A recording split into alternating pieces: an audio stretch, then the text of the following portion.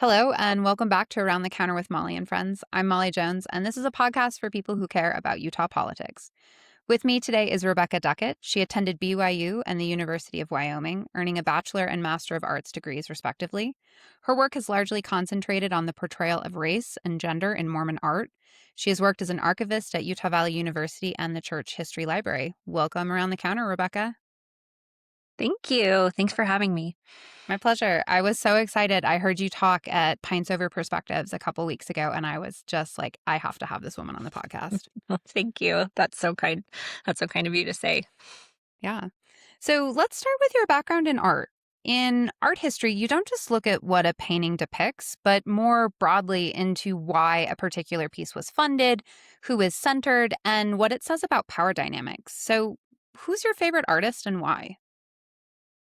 I think right now I really love J. Kirk Richards' work. I think that he's doing a lot of interesting things with not just subverting some racial dynamics in the Book of Mormon, but he's also doing some things like with the history of the Book of Mormon that are really interesting. So he has a Book of Mormon series that he's been painting for several years now. And the way that he does it is he has this like top hat with a stone at the bottom, kind of like it's like not quite transparent, but something that he looks through. So he puts his face in the hat, and then he paints these scenes from the Book of Mormon. So quite subversive compared to this like really didactic illustrative style that you normally see Mormon artists trade in, but they're very abstract, and I love them. I love what he's doing with those pieces. Is it Does it create something that is more movement based for you, or does it focus your eye more intently, or do you feel like you are Joseph Smith looking in the hat at the seeing stone? I think he's doing so. I think typically, especially with the art, with the Book of Mormon art, I think that members of the church are particularly used to seeing or more comfortable with. They're really illustrative. They're really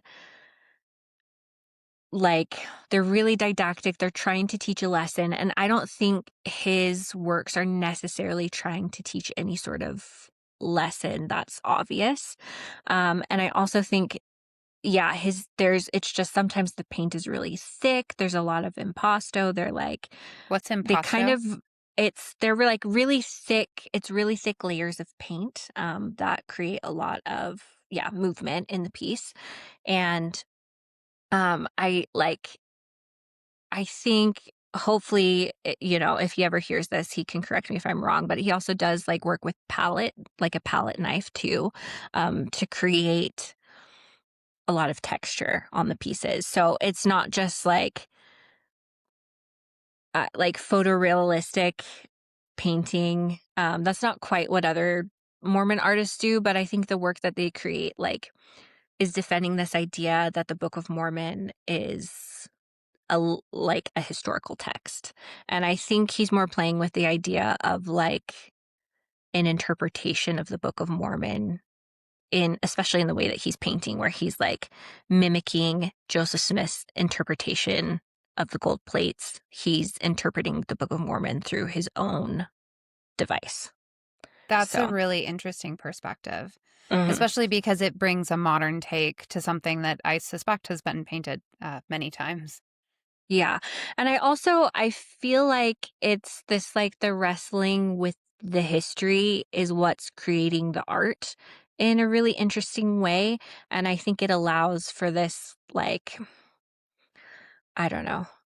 It allows for more wrestling with the Book of Mormon and the text itself than I think other illustrations of the Book of Mormon do, which present it as historical. So, what have you learned about the historical context of the LDS Church through paintings? I think there's there's a lot to unpack there, so I'll just try to give like a very quick overview.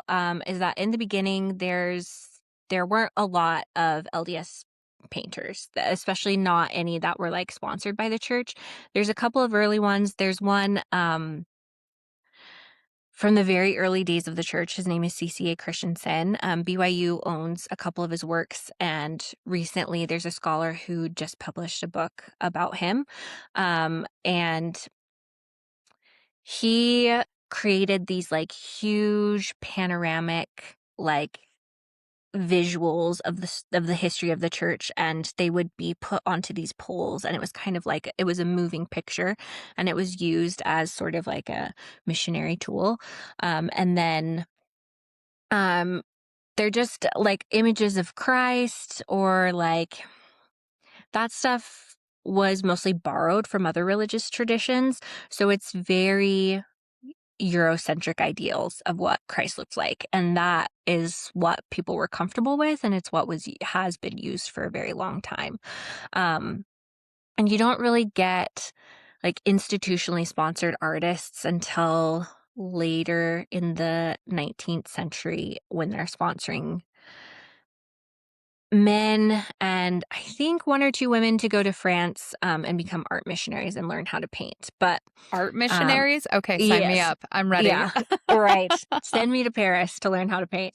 And probably the one that people would be most familiar with is John Hafen, and he has some works in the Springville Art Museum, and then he also had painted some stuff in the Manti Temple, which I'm not sure the status of those pieces after the Manti Temple has been redone. But so then in the mid 20th century, you start getting more work that's actually being commissioned by local stakes or wards, and sometimes the church itself for different projects. So, and um, now we have artists that do get commissioned by the church, and we have LDS artists who are painting to sell their work. And so it's kind of all over the place. There's institutional support, and there's also LDS artists list creating um, and selling their work on their own. That's really cool. So LDS art has a complex history regarding the depiction of race, especially concerning historical scriptural narratives and globalization. Can you talk a little bit about this history? Yeah. So as I mentioned before, really images of Christ they're borrowed from other religious traditions. So we even still use these today. They're like still in church buildings. People are still very familiar with Karl Bloch and Heinrich Hoffman.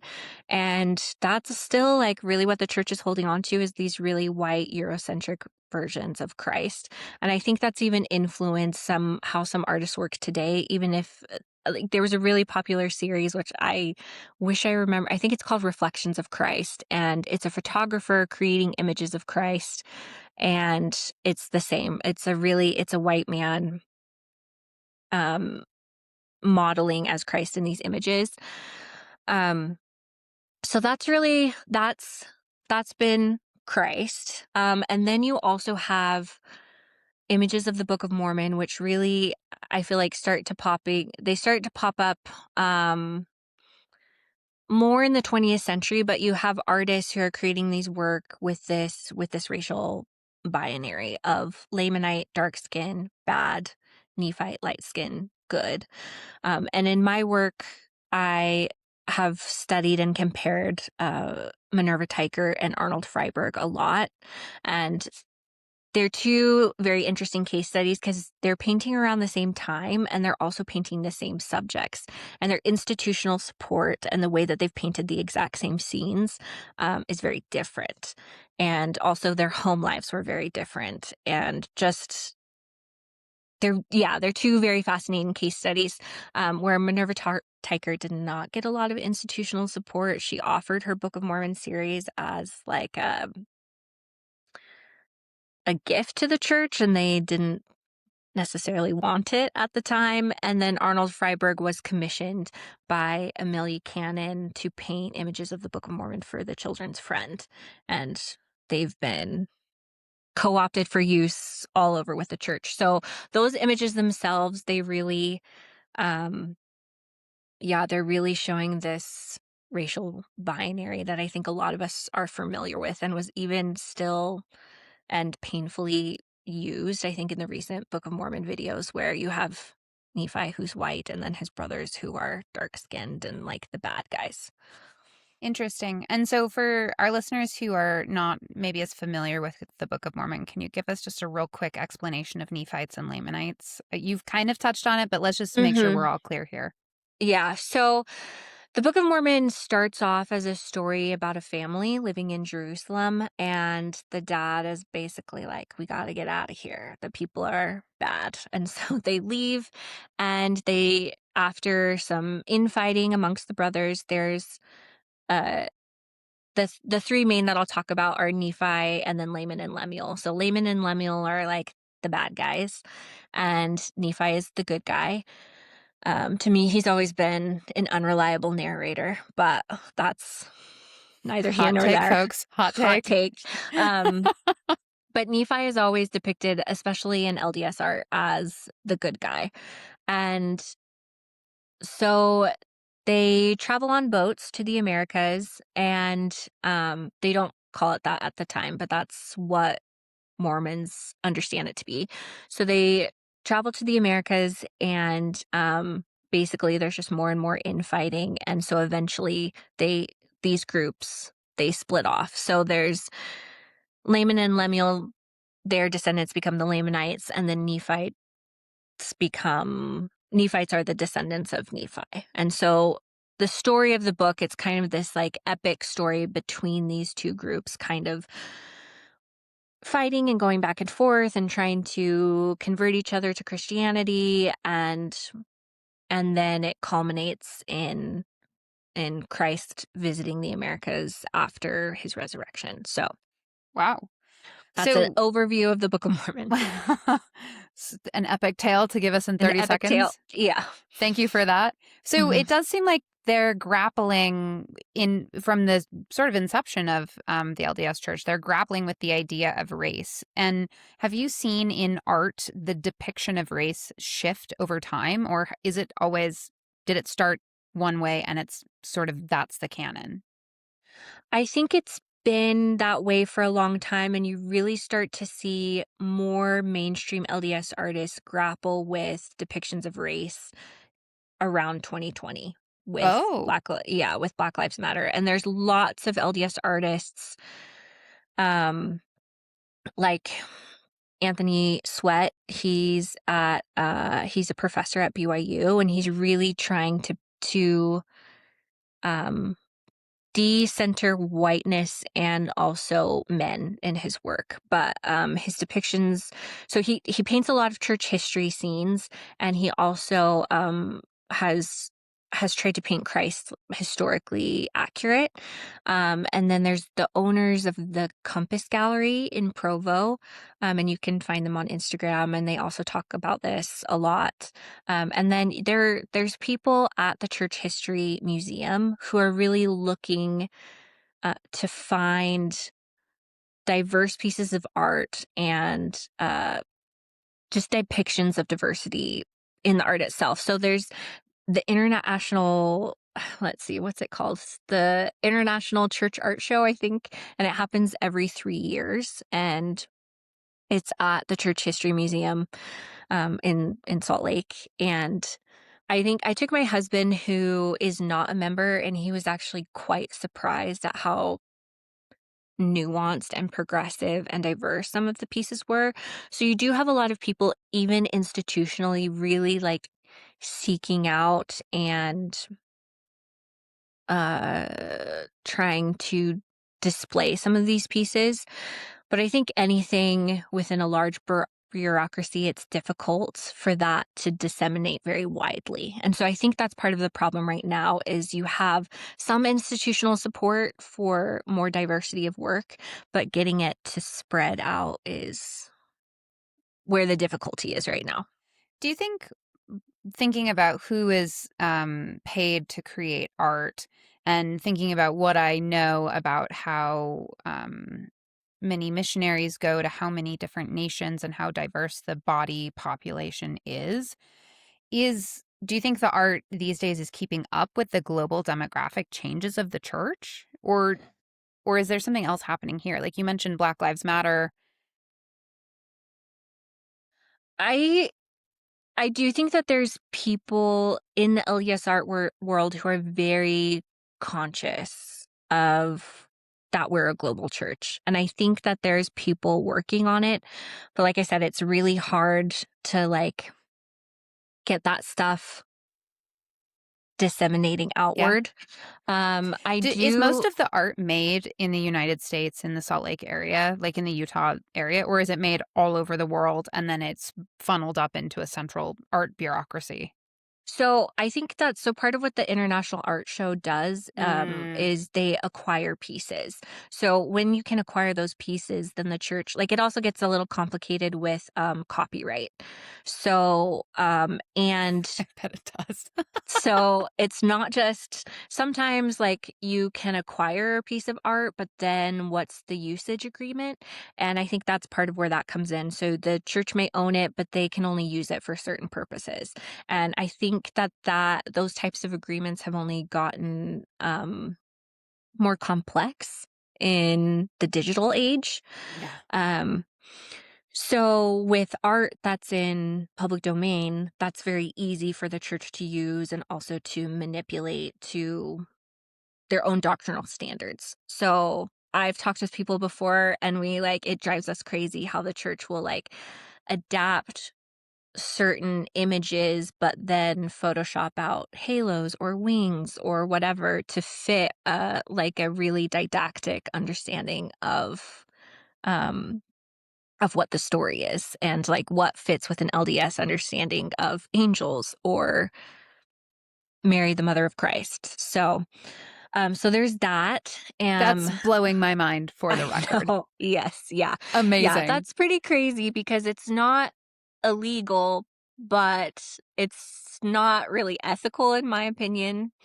Um, so I think that's why it's great when you have artists that are creating today and they can say this is my work and this is the usage and no you can't adapt it. So I think so there's that. And there is um they do with the temples they do try to commission local artists to help paint the interiors. But I do think that a lot of the prints are predominantly done by American artists. I do, um, hope that st I Yeah. think it's already starting to change, but, yeah, the last time I went through a temple, it was still very white images of Christ everywhere, so Wow. So you're an art historian. When mhm. you look at a piece of art, what is a visual trope, specifically about gender, in traditional Mormon art that the average viewer is going to miss completely, but you as an art historian, you see it? I think that racial binary that we've talked about before, but I also like when you put everything into context. So I talked a little bit about this in my thesis, but in Minerva Teichert's Book of Mormon pieces, I kind of laid them all out chronologically in the Book of Mormon narrative. Um which is not how she painted them. They were kind of painted in different orders, in a different order than what happens in the Book of Mormon narrative. So I was writing my thesis and I like put them all out and I realized that she was kind of creating this like crescendo of uh like racial purity, I guess you would say. So in the beginning, uh she's painting the characters of Lehi's family, Nephi and Laman and Lemuel and everyone else, in this kind of imagined Oriental in these Oriental tropes. And then it kind of moves into where the Nephites are still white and kind of Oriental. So she's still, in her mind, they're still like Jewish presenting, ancient Jewish presenting. And then the Lamanites are like Aztec or uh Yeah, just like in her mind, what she thought they would be. And then it kind of all culminates in this painting of when Christ visits the people in the Americas. And there's all different skin colors, but Christ is kind of at the pinnacle of the composition of this piece, and he is blindingly white, emanating whiteness. And then kind of with the downfall of the civilizations at the end of the Book of Mormon, she's painting them as Plains Indian, as like the Plains Indian trope as we would understand it. So she's being informed by LDS understanding of like the Nephites as a lost tribe of Israel. And then like she's very much delving into National Geographic, and she even visited South America. And then she's from Wyoming, so she knew about Native people. Um, I think she was around near the Shoshone Bannock tribe. Um, they're not the Plains Indian trope, obviously. So she's also being informed by like the 1950s, like cowboys and Interesting. or like Western film. What So when was she painting these in the 60s? she was painting these. So it goes on.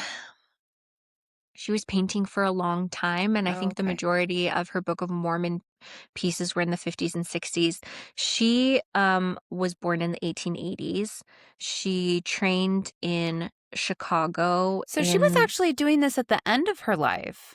she died in the 1970s, so she was doing this Wow. for a very long time. She was a very accomplished painter. Wow. Um and she was really prolific, and I think that's why people are very protective of her. And so it's hard for people to unpack that there's racial bias in her work. But How do you um, talk to your Mormon friends, your LDS friends who love her art about this topic? Like how do those conversations go? yeah, it can be really complicated. There's a professional conference with Mormon historians every year. It's called the Mormon History Association Conference. And I was at a panel where people were getting very, very heated, and people who loved her, but who wanted to talk about the racial bias in her work. And I think it's difficult, but I think for me, it's more important that, for me, that when people go to an LDS church building, that they are feeling included and not excluded. So I think this is my most hot take that I will put it online.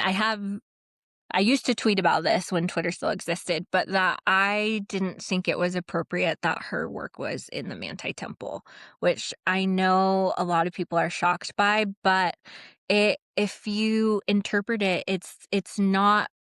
So her work is in a place called the World Room, and there's people from all different walks of life, and they're like on the walls. And then it culminates to, at the very front, there's like the trope of an Indian brave kind of standing over the altar, welcoming people to the promised land. And Manti is a site of the Black Hawk War. So I I just feel like it is a completely inappropriate place, where Native people were being killed, to then have an image in one of the most sacred spaces in Mormon belief, to then have a completely mythical person inviting them to land that is already cultivated, but like looks just prime for the taking. To me, that felt inappropriate, but a lot of people are very defensive of her. And I don't think that they really are connecting, because they're so concerned, because she's really been neglected in lots of church history. But I just think when the context is the most sacred place to Mormons, um, that like it should, in my mind, it should have been removed and then put in a place where it could be given the proper context, because there's not text panels in a temple to tell you about the art. So, That's really interesting. And I think that goes back to your work as an archivist, right? Like, mhm, so to an average person sitting at, our kitchen counter here, mhm, I kind of think to myself, oh, that's pretty art, but you have a much more nuanced perspective of it. And that's really interesting. And I also think in some respects, when we first started talking, I was like, oh, an archive, it just kind of sounds like a mhm. basement full of dusty old boxes. And an archivist sounds like a dusty old woman rattling about in the dark. But actually, this it's much more nuanced than that. You're doing so much more work. You're thinking more critically about some of these historical, cultural issues. So, shed some light for us. What is it that an archivist actually does on your day-to-day work? Day-to-day work is a lot of working with Excel spreadsheets, but Just like which is everyone like, else. yeah, which is everyone's job. But I think it's hard because I think it's actually really it's an exciting career, because like you said, you're like kind of you're the collector and disseminator of history. So the role of an archivist is to preserve and then make accessible history. But also part of that is kind of you get donations, people will approach you with what they think is important. But then it's also your job to try to understand what might be important in the future and what maybe scholars will want to come back and understand about that moment in time. So while I was working at UVU, it's something that my boss and I would talk about all the time about because this was COVID, this was like Black Lives Matter protests. What could we do to help people understand this moment in time? And I think it's difficult because you always like librarians. I think are librarians and archivists are kind of like an invisible career. Like you want to make yourself seem invisible to the scholar or the patron who's ever trying to look at the records. You're not trying to show any sort of bias, but people exist with bias, and I think that like sometimes this is I did a class and we had some archivists from the Library of Congress come to talk about this with us, where if you're searching for something in the archives digitally, there's usually metadata attached to that where, like search terms, where you're trying to classify what things are. Mm. And in the past, some of those terms are now understood to be racist. But if a scholar is looking to understand the racism of how archivists were classifying things, it's like it's a complicated history. Like, what do you keep and how you classify that, I think, changes over time. You have to be really conscious and constantly talking about these sorts of things. Um, and yeah, and I think sometimes there's parts of it where things were collected and then housed that weren't necessarily that community's responsibility to house and collect. And so how do you repatriate that back? And I think the LDS Church did that fairly recently. I don't know the details of that, but I think it's something that people are trying to reconcile with and work with the communities rather than taking everything as like And material. is most of this stuff donated or is some of it, like you can imagine at a place like the MoMA, there are people who are like, I'm paying you to display my artifacts, with my name. That's a paid opportunity for the church. I'm sorry, for the museum to Yeah, receive right. some money. Is that similar or is this within the LDS Church archives? Is it solely donation based attached to a name where it came from? And like, that's just kind of that. Well, I think the LDS Church archives are really unique in that the majority of the material there is it's church records. It's already owned by the church. So Wow. um Because the church, what I know about the LDS church is everyone is very good at knowing who they are, everyone where they is came from. right. Yeah, so there's tons and like primary attendance records and Relief Society minute notes. And so there's tons and tons of stuff like that. Um, and there's also a lot of things have been donated. I do think that there's archivists now or historians, it just kind of depends on the team that you're on, who specifically are going out and looking for um there's like a better understanding of what might be a historical Okay. moment or what might be important. So there's more seeking those things out. Like if you're a mission president who opens an area, Interesting. we want your journals, Yeah. or the Were you presidents of a mission. So yeah, so things like that were are you definitely given more sought after. Sorry. No, I'm sorry. Were you given, like, a specific viewpoint or a set of goals in your archiving work? Or, like, was it just, you guys are doing certain things as part of initiatives and, it's just like any other job? I think for me, so the team that I was on was particularly looking at how to give access to our digital records. So we were evaluating a lot of things like privacy of living people and Mm. copyright and maybe things that might be deemed confidential. Um, so that's mostly what I was dealing with. But we also would have, before, when we would evaluate stuff to be put online, we would see if things were sensitive, like if a missionary's journal from 1930s in Germany, what kind of things were they saying? Or honestly, missionaries in the South in the 30s, 40s, 50s, 60s, 90s, what kind of things were they saying? And kind of evaluating that and whether or not there needed to be any metadata that added that there was sensitive materials, or if, because the goal was never to close any of those things, to hide it, but just to make people aware, because I think sometimes it would shock people to know, like, oh, they're like this, my great great grandfather, this person that I thought was this really spiritual giant, and their journals in the church history library actually said some pretty harmful things. Um, and that Do you can think be many family members have had a bit of a reckoning going through some of that? Um, maybe I do. When I was first hired, I do remember the director of the division sitting me down, and this was already after I had gone through my master's degree, so I was okay. I was kind of like, yes, this is obvious that you're saying this, but he just said, like, you're gonna encounter things that you're uncomfortable with, and like, if you have questions, find someone to talk about it with. Um, and I do think that there's, like, a lot more transparency with that kind of thing, and I also, like, I think it's important to look at your ancestors and kind of understand that there's good and bad, and that's okay, and how do you move forward from that, that, like, your family story can be redemptive from some of those darker pieces. Oh, we love a redemption arc. Yeah. Oh, it's what all the best stories are made of, you know? Mhm. Even personally, I feel like I'm not a Yeah. perfect human. And so to be able to be offered that moment, I think is great.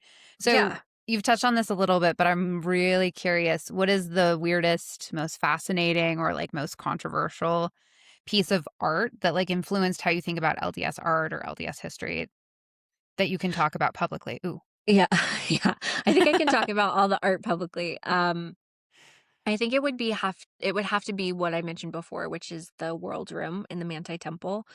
I had been really thinking about what I wanted to write my thesis on in graduate school, and I knew I wanted it to be Minerva Teichert, and I knew that she had painted in the world room at the Manti Temple, and so I was like, I was down here doing research for a summer and just in the archives at BYU. And I was like, well, I'll just take a break and go to the temple for a day. And I walked into that room and I was like, this is it. This is what my thesis has to be about, which was mostly understanding, um, using Minerva Taker as a case study, but understanding how white members of the church view Native people and using art to understand that. So that I think completely changed my worldview on that. And there's a book that I read in graduate school that I think has been really helpful. It's called Playing Indian, and it's by Philip Deloria. Um, and there's a podcast that I've been listening to recently, by Native journalist, and it's called First America. And the most recent episode that she did, it's the second episode of the series. She interviews him and kind of talks about essentially white people cosplaying as native to create their own identity. And they talk about the Boston Tea Party, and they talk about Boy Scouts, and they talk about camps. And I think that understanding has, I don't know, really, it helps me. Like, that was where I first felt called to start talking about this, because that's when I understood how damaging it is to Native people. Wow, that's pretty heavy. Yeah. So you talked a lot about the Manti Temple and how they created art, and that Mhm. art has really been a bit of controversy. Well, Mhm. the temple downtown has been under construction and they're getting ready to open soon. So, what kind of art do you think, like, do you expect to see there? And what is the story that you think the designers are trying to tell? I am so curious because Okay, me too. I'm not really sure. I think there's a lot of tension between remodeling and what they've wanted to keep from the temple. And there's also been a lot of like flattening of Mormon identity, Mormon ethnicity. I think we're in a big, I like the church will go through these periods of like re-entrenchment where they really like try to emphasize their otherness, and then like assimilation into American culture. And I think we're in this period of assimilation right now. You see with a lot of temples, like they don't have the angel Moroni anymore. Um we've And that was the golden the statue on the golden top of statue on most of top of them. the temples. Yeah.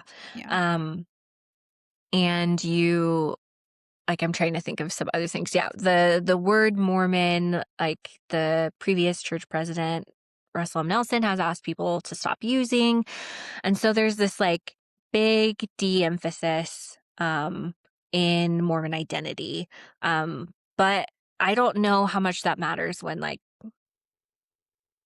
broad swaths of American Christianity don't believe that Mormons are Christian. So, it's interesting to watch this kind of play out on a national stage. I mean, the Um, Secretary of Defense, Secretary of War, Pete Hegseth, right. recently he declassified Mormons as Mhm. Christians, and then Mike Lee lost his mind and Right. they were reclassified. And Mhm. I felt like I was looking online in a lot of these spaces and Twitter X and also in Blue Sky and then on like Instagram.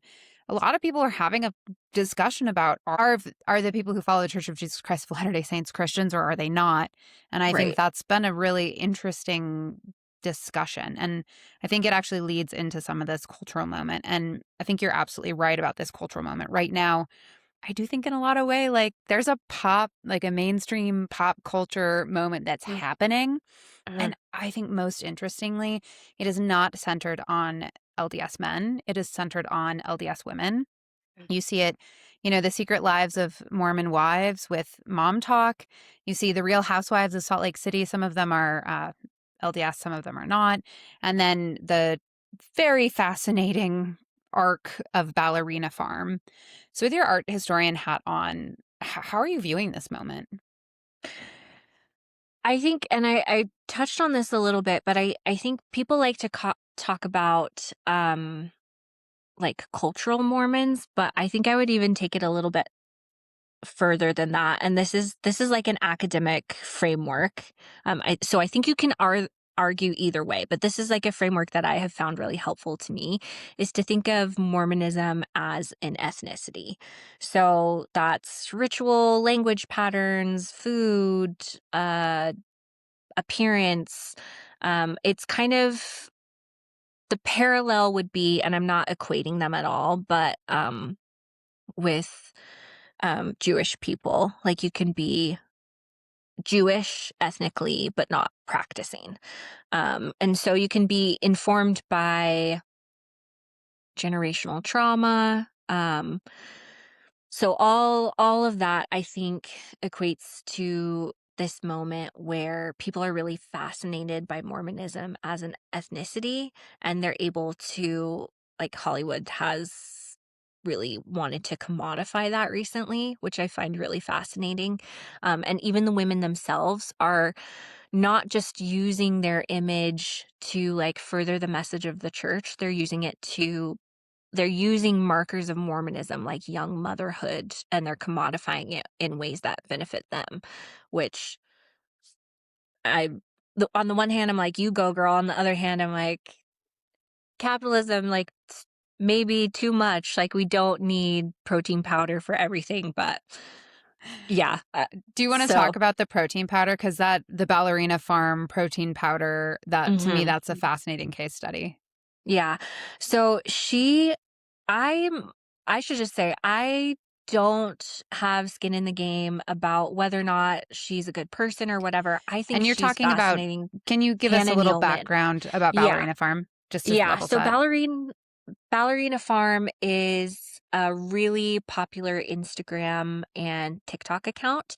And it's this woman, Hannah Nealman. I think she just turned 36 and she has 9 children. And she lives on a farm out in Camas. And her husband is Daniel Nealman, and his father founded JetBlue. So they come from money. But the reason her account is called Ballerina Farm is because she went to Juilliard. She was a ballet dancer. And as she was graduating, she was pregnant with her first child. So since then, So they they've must have moved. gotten married quite early then. Yeah, I don't know the exact timeline. I feel like Okay. I've been more of a recent follower of hers, but Okay. I totally understand why she has a following. She's like it's her life is so idyllic and it's so like enchanting to watch.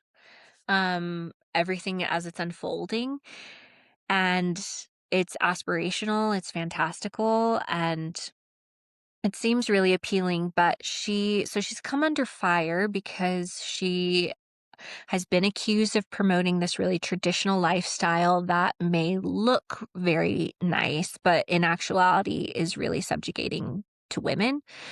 Um, which and then but there's been a lot of online discourse like, is that what's really happening? How much control does she have? It's called Ballerina Farm. It's built on her image, but he's the owner of the company. And so how is all of that working? And I think that discourse really started when there was an article, I think it was the London Times a couple of years ago. Um, and then she's also been recently more in discussion in the zeitgeist because of the book Yesteryear that came out recently, which people speculate is based off her, but it's a work of fiction, so it's just more of like a literary discussion of trad wives in general. What's a Um, trad wife? a trad wife is an influencer that promotes like a traditional and more,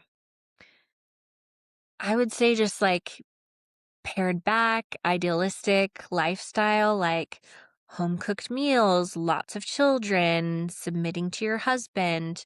Um, and I think that, yeah, so that I think that's basically those are like the tenets of like being a trad wife online. Um, And then so also there is a religious component there generally. is a, yes, And so with Ballerina Farm, they're LDS and mhm, they're centered in Utah, and that is a big component. And people really, I mean, one of the things I experience when I leave Utah and I say, "Oh, I'm from Utah," people either don't know where Utah is or they go, "Oh my gosh, what do you know about Mormons?" And you mhm, get grilled about it. You're sort of a cultural attaché, regardless of how you want to be or not. And I yeah. think there's a lot of that sort of peeking in behind the curtain, like, what is this really like? That's so interesting. Do you agree with that? Yeah, yeah. I was gonna say I think there's also a patriotic element to it. There's kind of like a Yeah, we're like, let's go back to the frontier days, especially with Hannah Nealman's account. It feels very like pioneer cosplay, which um yeah, Mormons like to do, like with Trek. Like there's kind of this self hagiography of like, I'm going to turn myself into a Latter-day Saint, like the name of the church, by acting out this pioneer lifestyle. And she's able that's to monetize that and build an empire off of it, which That's Ta brilliant. talk about the Kudos to empire. her. Yeah, how does she make money off of this? So they have so she started sharing her life, and she's almost certainly been able to monetize her content. Mhm. But then they also have like a farm to table storefront. I think it's in Midway. I haven't been. I want to go because I'm fascinated by it. And I think recently, so they did beef, which I don't think is exclusively sourced from her farm. And I think she sells baked goods and things like that. But she most recently launched her protein powder. Ah. So Well, and protein powder and electrolyte mix. yes, you always need good electrolyte mix. Hmm. Um, so when you are looking at this and you're looking at how she's selling and you're looking at how she's making money for this, she's building her blocks on traditional lifestyle. Um, I think you said subservience to her husband. Was that Hmm. correct? But Hmm. then it's more than just that, I think, because she can't, I just can't imagine she can do all of this by herself. Hmm. So do you think that she's got helpers that help her, or is she really just doing all of this by herself out there in the prairie? I think, and this is coming from someone who's from a very large family, and I've only heard in the discourse online, I've only heard one other person talk about this, and that is the hosts of the Diabolical Lies podcast. That in these large families, and like she could have a nanny, but you also start to rely on your other children for childcare and child rearing. Mm, And I have lots of friends, family who come from large families who don't have the access to money that the Nealmans have, who have done this, I don't know, not exactly this kind of lifestyle, but who have, um, hi, doggy. Um, I can't do anything without her coming to say hi. Hi, yeah. babes. All right. Thank you.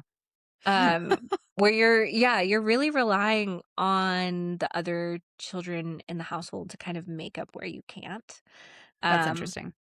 But yeah, she did an interview recently, and she talked about, I think the interviewer asked her about like her village, what kind of village do you have? And I thought her answer was really interesting because she wasn't even talking about,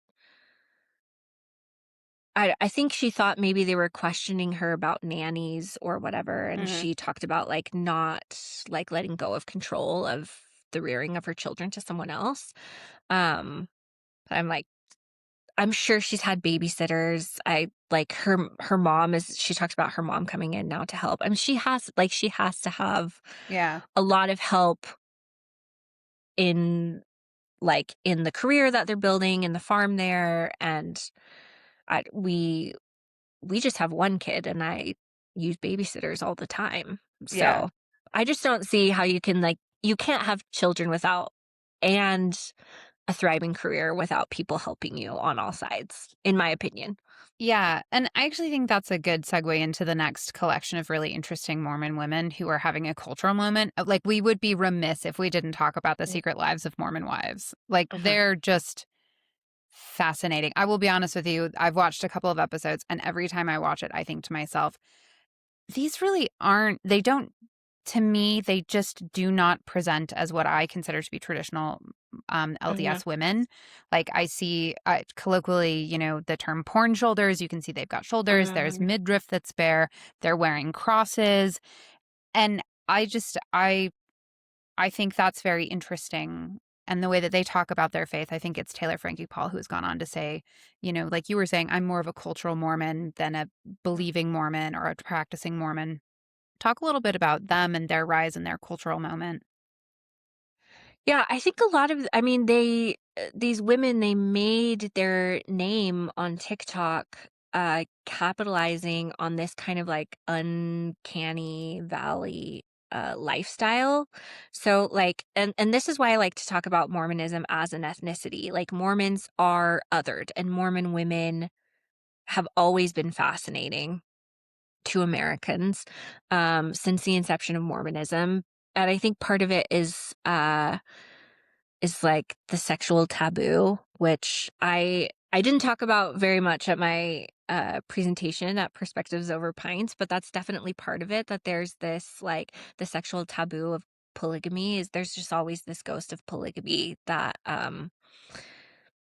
haunts Mormonism. And so, but I think now it's like, even if people understand that mainstream Mormons don't necessarily uh, practice polygamy anymore, there's always just this like, well, they're like young and they're married and they have babies. And that's a little bit of a sexual taboo to the rest of America. So I think In there's the this case, fascinating. in the sense of like the rest of America is waiting until they're 25 or 30 to get married and have their first kid, whereas Yeah. LDS women are like getting married at 18 and having children. Yeah. And Okay. they're locked down. They only have one sexual partner, but they're still like, but they're still hot and they're still like, and I think it's the rise of kind of like, it's been absolutely fascinating to me as someone who was an EFY counselor. And What's uh, EFY? um EFY was a church program. It stands for especially for youth, but it was a church camp for teenagers, and you would have young adults be the counselors. And one of the rules that I would enforce was about modesty and having everything like, you know, shirts covering cleavage, shoulders covered, bottoms down to your knees. And I was enforcing that. And I just look back and I feel awful if I ever traumatized anyone. But now I'm seeing online all these TikToks and it just looks like those rules aren't being enforced anymore. So I think there's this really interesting dynamic at play where some of these like Mormon ethnic markers are changing from the top down, like not using angel Moroni on temples, not using the word Mormon. But then there's some things like crosses, like it was pretty heavily emphasized when I was a young person growing up in the church that we don't do anything with crosses because it emphasizes the death of Jesus Christ, and that's not what Mormonism is about. But now, like you were saying on Secret Lives of Mormon Wives, most of the women are wearing crosses, which is it's like it's such an interesting cultural shift. Yeah.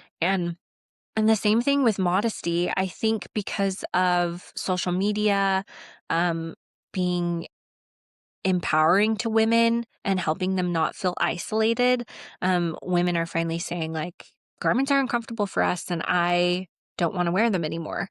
And I think that's what you're really seeing on the show is women who feel a very strong connection to their Mormon ethnic identity, and keeping what they think is good and what they have decided is good, and then or like totally rejecting it altogether, but still having some Mormon ethnic markers. So, Interesting.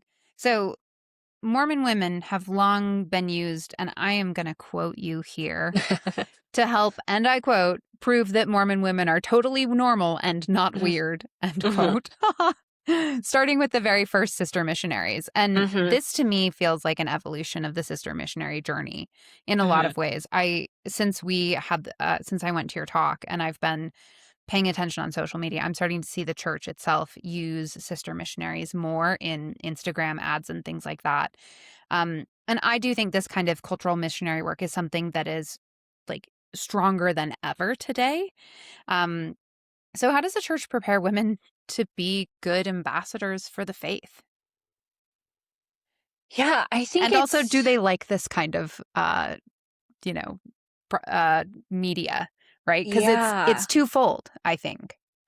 Yeah, I think that Mormon women are taught to perform from a very early age. And this is with all kids, who are in like the children's organization in the LDS church in primary, like you start giving public talks when you're 3 years old. And then that just continues on until, like, you're in the youth program and you can be asked to give talks in a Sunday meeting in front of the whole congregation.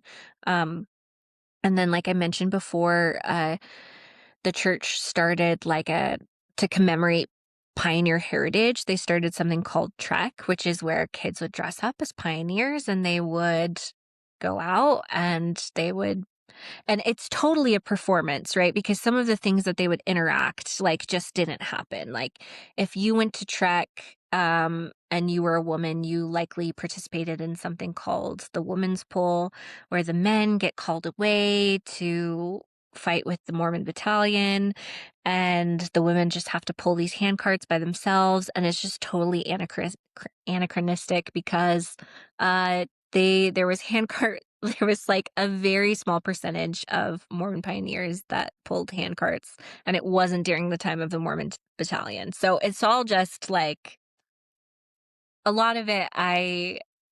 Yeah, if you talk to a lot of employees at the church history library, they also feel the same way, where it's like, maybe this is a practice we need to move on from, as valuable as some people may have found it. But yeah, so that's a performance, and then you go, and the temple rites are all in front of other people. The Sunday rites, sacrament meeting is in front of another person. So it's very different than other liturgy and other religions where you may be doing, like, the priest is performing for the congregants, but this is everyone's kind of engaged in this performance together. So that's why I think that Mormon women are, like, uniquely positioned to be really good at influencing, because we are always performing in Mormonism. You're always, like, Yeah. playing a role. You talked again, man. Go to a talk that Rebekah gives, y'all. Very good. Lots to think about. But one of the things that stuck with me that I've been thinking a lot about is the fact that even your journaling as a young woman is intended to be Mhm. something that is read in the future by your Mhm. descendants. And so there's never a moment, the only space that's alone is in your own head. Yeah, I even, like, I mean, it was pretty obvious, but hopefully he doesn't ever listen to this. I had the biggest crush on my MTC teacher when Oh, I missionary training was center. missionary training center, when I was preparing to be a missionary. And I, like, went out to the mission field. I would just be like, I was so brokenhearted because I found out he got engaged, I'm and so he told me sorry. he was gonna, not that he was gonna, like, write me with a capital W. Like, he was gonna send me a letter, and I was, like, so looking forward to it. Found out he got engaged. Devastated. And I was just having a hard time dealing with these feelings, but I didn't wanna write them down in my journal, because my missionary journal was supposed to be for my kids, like, any future kids that I may have or future descendants, and I was so ashamed of, like, having all of these feelings. And so my trainer told me we were in Korea, and so there's tons of stationery. She was like, just buy another journal and have that be something that you burn later, which I might still have it. I think I might have kept it, because so who knows what's in there. I think I wrote like 3 pages in it. But yeah, that kind of, like, excising of what you actually feel is something that's very familiar, I think, to anyone in the church. But And also building a personal brand that mhm, reflects who you think the church or Christ or your family should see, right? mhm, And that's actually something that I think makes these influencers uniquely good. So they've been mhm, building a brand, they've been building a presentation their whole life. They've been trained to do that. yeah. And I think like, it's hard, because when you would present this to them as a performance, they would say, like, no, this is my real life. But I, like, it's and I'm not talking in performance as, like, it's fake necessarily, but it's like how we talk about gender performance, where if this is what feels like, if you want your what you feel like your interior is to be reflected on the outside, and that's the type of performance I mean. It's where you're, like, very carefully curating what you want your outside self to be to the world, and that's, like, the kind of performance I'm talking about. So it's not necessarily untruthful, but it is not the whole picture. Yeah, I think that's right. Switching gears just a little bit here, you have also talked about the twins of barbarism, polygamy, and slavery, and how the right to vote was first given to Mormon women, but then was taken away because those Mormon women didn't stand up to their oppressors and throw off their shackles, Mhm, essentially. mhm, So, to my political policy wonk brain, like, this is wild. Can you mhm. unpack this a little bit for us and talk a little bit about that historical context? Yeah, so that term, the twin relics Twins of of barbarism. barbarism, yeah, the twin relics of barbarism, that's a historical term that, like, the Republican Party was using during the Civil War What? to describe these 2 things that they felt were, like, the evils going on in the United States. So at the end of the Civil War, like, after slavery had been abolished, they're like, "Okay, this is it, we're going gung ho, on polygamy."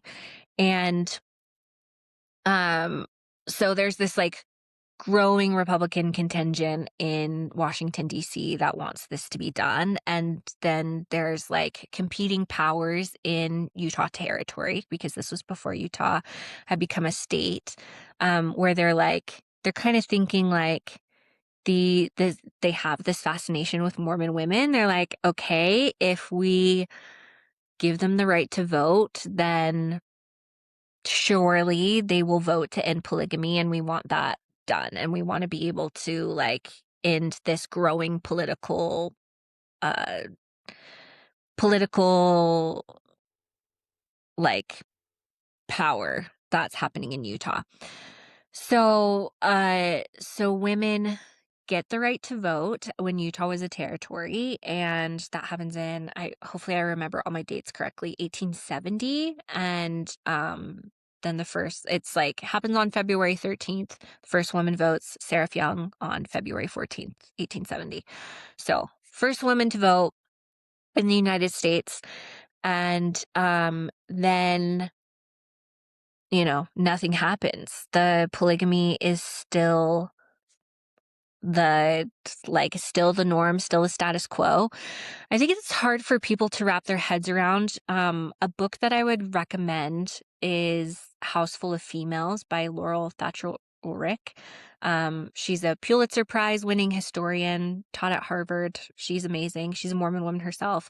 But basically, the thesis of the book is how polygamy was really both subjugating and empowering for women in the 19th century. And I think that can help people kind of understand where these women were coming from, where if you were a married woman in the 19th century, you had a lot more freedom and agency. So you have these women in certain situations where they are able to go back east and have careers, and they were granted voting power, and they are liking some aspects of their life. Like, obviously that's not true for everyone who was in a polygamous relationship. Some of these women were extremely isolated. There's complicated family dynamics, sisters marrying the same husband, you know. All of this is really complicated, but in some cases, women felt empowered by this. They were, like, involved in the national suffrage movement. Anyway, it's very complicated. But 1870s go on, 1880s, and they're still, Washington, D.C. is still wanting to end polygamy. So the Edmunds-Tucker Act is passed. I think it's 1887, and that disenfranchises every woman in the state in a polygamous relationship or not. And Um, that's more holistic, like the entire United States, all women lost the right to vote. Or was the it so the just in Utah? It was the Edmunds-Tucker Act was, like, specifically in Utah, where they I'm probably a historian who is more knowledgeable on me than this, will, like, correct me if they watch this, but, um, it, uh it makes it so that anyone who is practicing polygamy can be prosecuted, and then they kind of tack this on as part of it, that women are disenfranchised with the Edmunds-Tucker Act. And then women don't So gain the right to vote again until the 19th Amendment is passed. with federal elections, so Utah women do regain the right to vote when Utah becomes a state, and it's debated when the Utah Constitution is being written, but everyone, since women had the right to vote, everyone is like, it's not that hotly contested. Hmm. So, Interesting. so it gets put back in as part of the Utah Constitution, and Utah women are able to vote in, like, state elections. Do you still hear echoes of this fight in politics today? Yes, I think we were talking about this, and I'm really interested to see how this will play out with Mormon women, because there's uh Mormon women, I think in some regards feel very empowered within their own organizations within Mormonism. So I think historically Mormon women felt very empowered by Relief Society. They felt very empowered by being involved with suffrage organizations. But now you kind of have this interesting, I don't know, juxtaposition of, like, Mormon women who have felt very empowered in their own identity, trying to be more mainstream Christian with, like, crosses, not using Mormon, like, just very identifying as Christian, and then the Christian right trying to push this, like, disenfranchisement agenda with the SAVE Act. So I'm curious what that will look like. I think members of the church are, like, encouraged to be politically active, and that's been the case for a long time. Um Proposition 4 would like a word. yeah, yeah. Um yeah, I so we'll see what happens. I think, like, I grew up in a very politically active, like, civically oriented family where, Hmm. like, my grandmother immigrated from Switzerland in the 50s, and Swiss women were enfranchised until the 70s. So it's kind of like a family legacy where, like, we vote every election, we volunteer to work at the polls, we try to be informed, and I don't know. A lot of, like, Mormon families that I have encountered they are also very politically involved. Um, so we'll see where this takes us. Maybe this will be a split. I don't know. Mormon voters have split with the right in recent years, so knock on Yeah. wood. Yeah, I'm hoping to have Professor J. Crew on here to talk about some of that Mhm. shift because Utah is shifting left the most in the Mhm. 2024 election. But the Mhm. fun and interesting fact about that is that they're not becoming Democrats. They're just moving away from the hard right Christian Mhm. movement and the MAGA movement. And I think that's a fascinating subplot. Okay, well, seems like a pretty good place to stop. So the Mhm. final question that we always like to ask is, how are you Mhm. finding joy in your life right now? Um, I think two things. My husband and I were obsessed with Widow's Bay, the Apple TV show recently, which I think is, like, a really interesting metaphor on grief. And it's a horror show, but it's also a comedy show. And anyway, it's fantastic. It's very good. And So you're then telling me you're finding joy through horror? Horror yes, and which I grief? think Okay. horror and grief, but it's also a comedy show. So it's been nice to find something to laugh at. But I think that's like the point of the show is it's like an island that was settled, colonized in the 1600s, and they're having to deal with the outcome of, like, what the founders did, and how do you go through the modern world with some of the mistakes that people have made in the past. And Back to the redemption arc. yeah, so it's very, very good. Ghosts of your forefathers and how they haunt you, and and how that can Cool. be funny sometimes. So that's good. And then my husband and I just went to Santa Fe, and I don't know. I just love that city. I love Santa Fe. So I'm just finding joy in travel and that TV show lately. So That's awesome. Thank you, Rebekah Duckett. And yeah. thank you so much for listening today. You can catch Around the Counter with Molly and Friends on YouTube, Spotify, Apple Podcasts, Substack, or anywhere else you get your podcasts. We air on Sugar House Community Radio Sundays at 8 p.m. and Wednesdays at 7 a.m. See you next week.